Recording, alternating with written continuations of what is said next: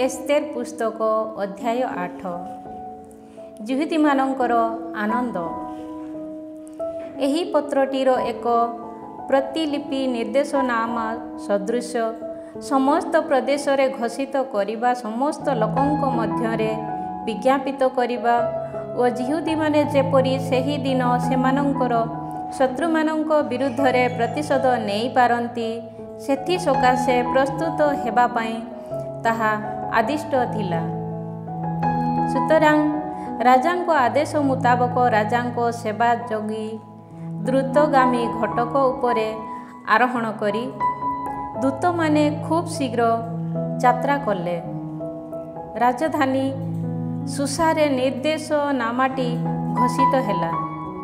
Sousa नगरी आनंदरे चित्कार करुथिबा समय रे नील तथा धूसर वर्ण विशिष्ट राजकीय वस्त्राडंबर गोटे विराट सुवर्ण मुकुट और सूक्ष्म रूपे बुणा जाइथिबा स्वर्ण वस्त्र निर्मित बैगणी स्वर्ण वर्ण विशिष्ट चादर रे भूषित होई मर्देकाई राजांको सम्मुखरु बाहरी गला।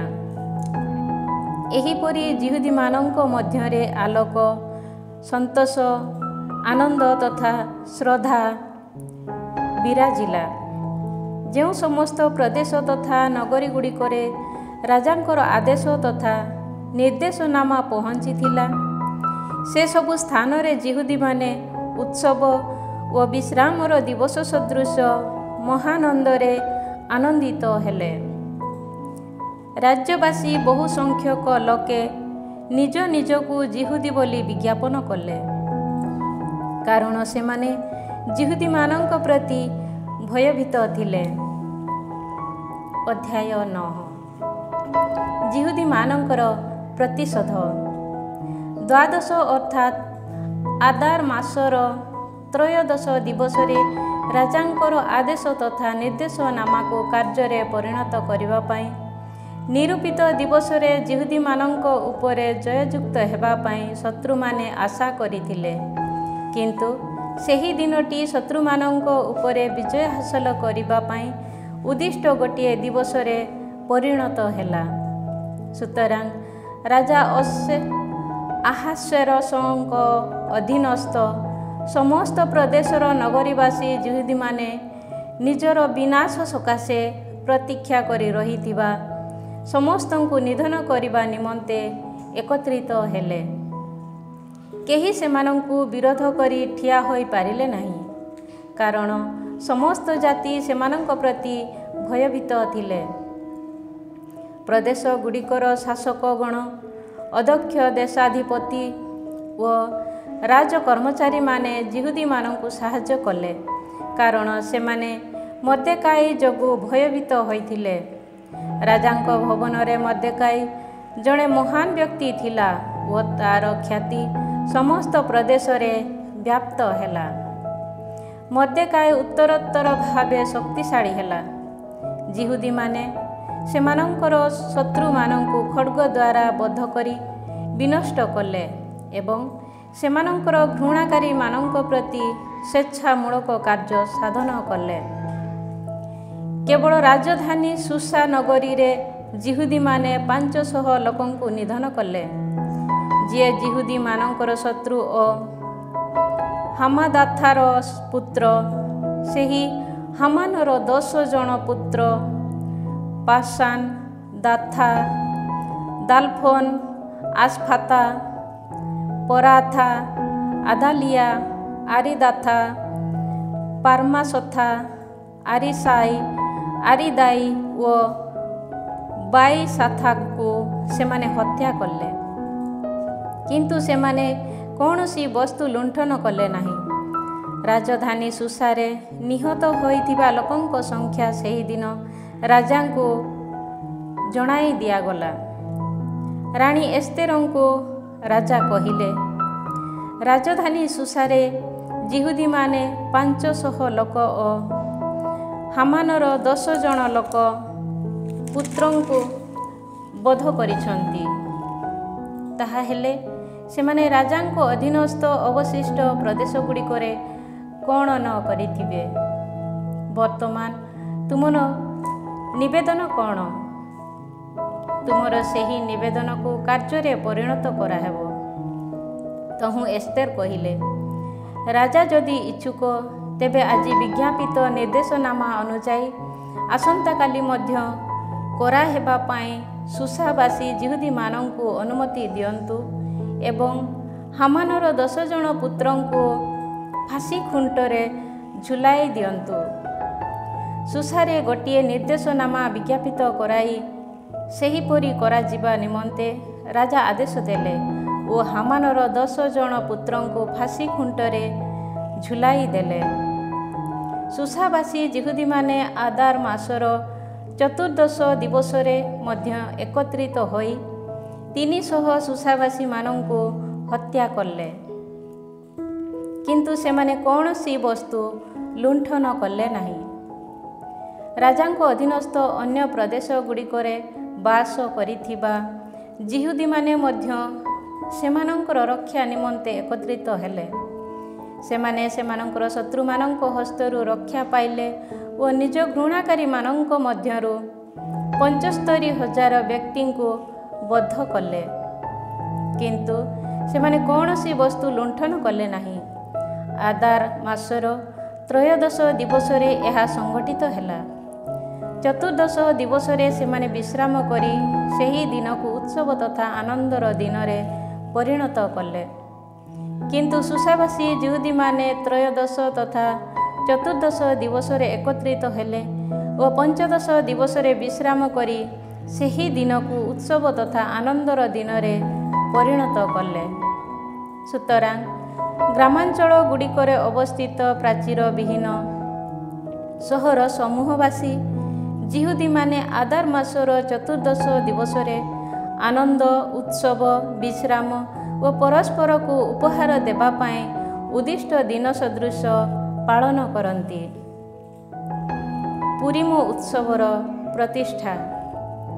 ମର୍ଦ୍ଦେକାଇ ଏ ସମସ୍ତ କାର୍ଯ୍ୟର ଏକ ବିବରଣୀ ଲିପିବଦ୍ଧ କଲା ଓ ରାଜା ଆହାଶ୍ୱେରୋସଙ୍କ ଅଧୀନସ୍ଥ ପ୍ରଦେଶ ସମୂହବାସୀ ସୁଦୂର ତଥା ନିକଟବର୍ତ୍ତୀ ସମସ୍ତ ଯିହୁଦୀଙ୍କ ପାଖକୁ ପତ୍ର ପଠାଇ ପ୍ରତିବର୍ଷ ଆଦାର ମାସର ଚତୁର୍ଦ୍ଦଶ ତଥା ପଞ୍ଚଦଶ ଦିବସଗୁଡ଼ିକୁ ସେମାନଙ୍କ ଶତ୍ରୁମାନଙ୍କ ହସ୍ତରୁ ରକ୍ଷା ପାଇଥିବା ଦିବସ ସଦୃଶ ଓ ସେହି ମାସଟିକୁ ଶୋକରୁ ଆନନ୍ଦରେ ଏବଂ ବିଳାପରୁ ବିଶ୍ରାମରେ ପରିଣତ ହୋଇଥିବା ମାସ ସ୍ୱରୂପ ପାଳନ କରିବାକୁ ଆଦେଶ ଦେଲା।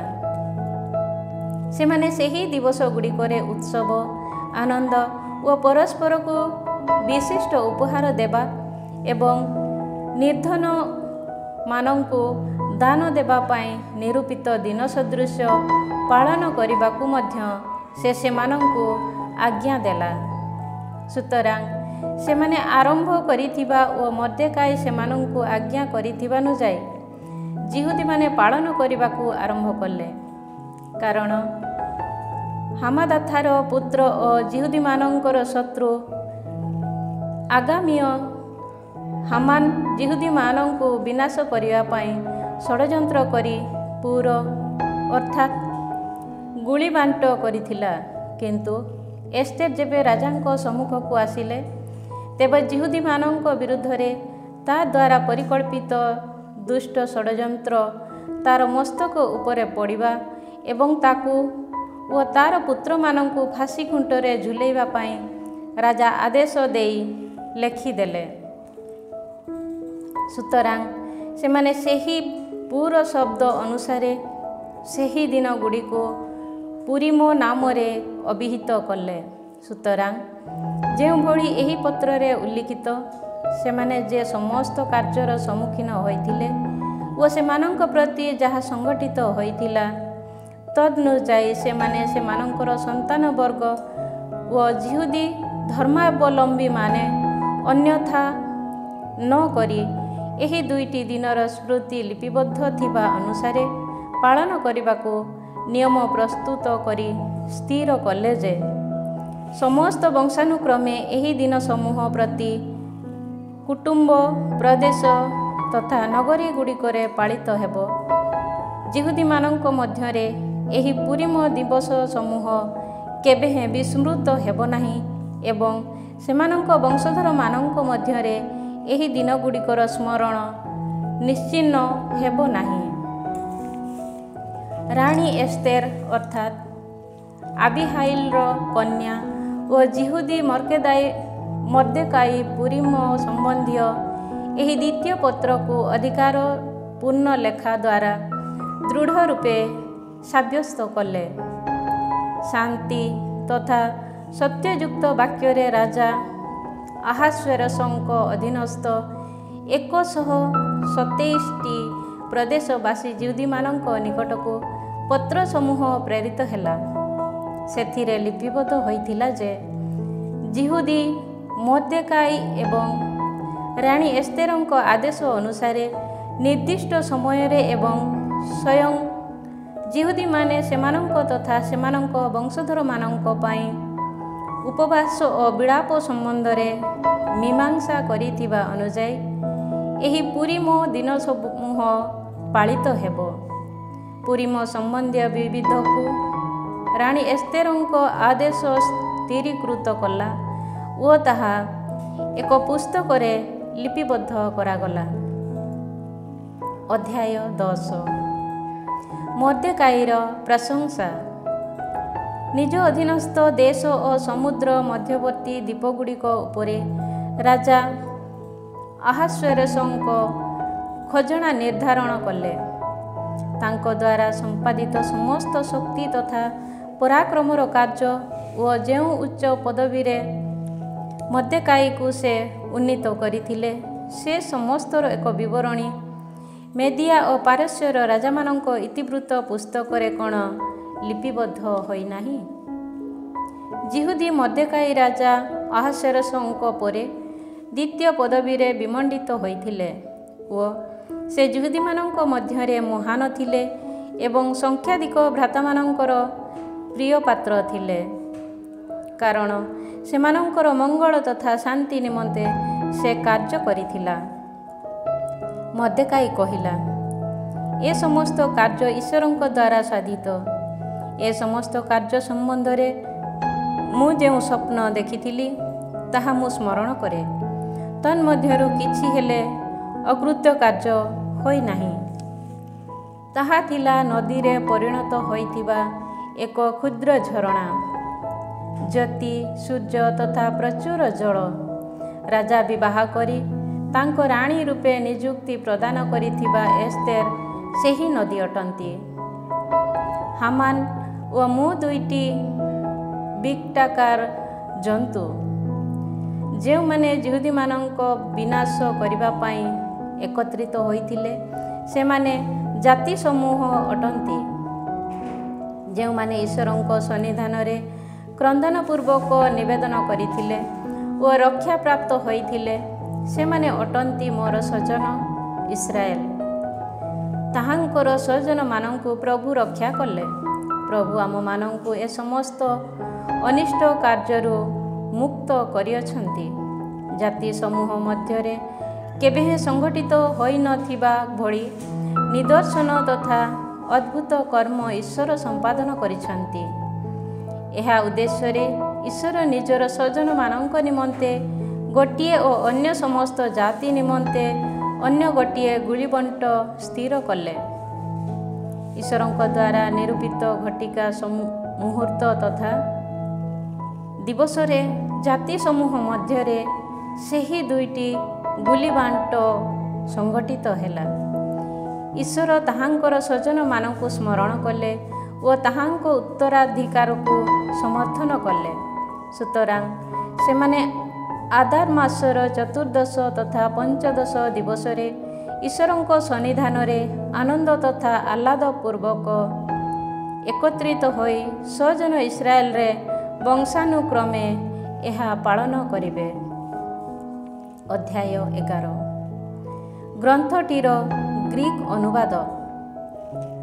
ଟଲେମୀ ଓ କ୍ଲେଓପାତ୍ରାଙ୍କ ରାଜତ୍ୱର ଚତୁର୍ଥ ବର୍ଷରେ ନିଜକୁ ଯାଜକ ଓ ଲେବୀ ବୋଲି ଦାବି କରିଥିବା ଦୋସିତେୟସ୍ ନାମକ ଜଣେ ବ୍ୟକ୍ତି ଓ ତାଙ୍କର ପୁତ୍ର ଟଲେମୀ ପୁରିମ ସମ୍ବନ୍ଧୀୟ ପୂର୍ବୋକ୍ତ ପତ୍ର ଇଜିପ୍ଟକୁ ନେଇ ଆସିଲେ।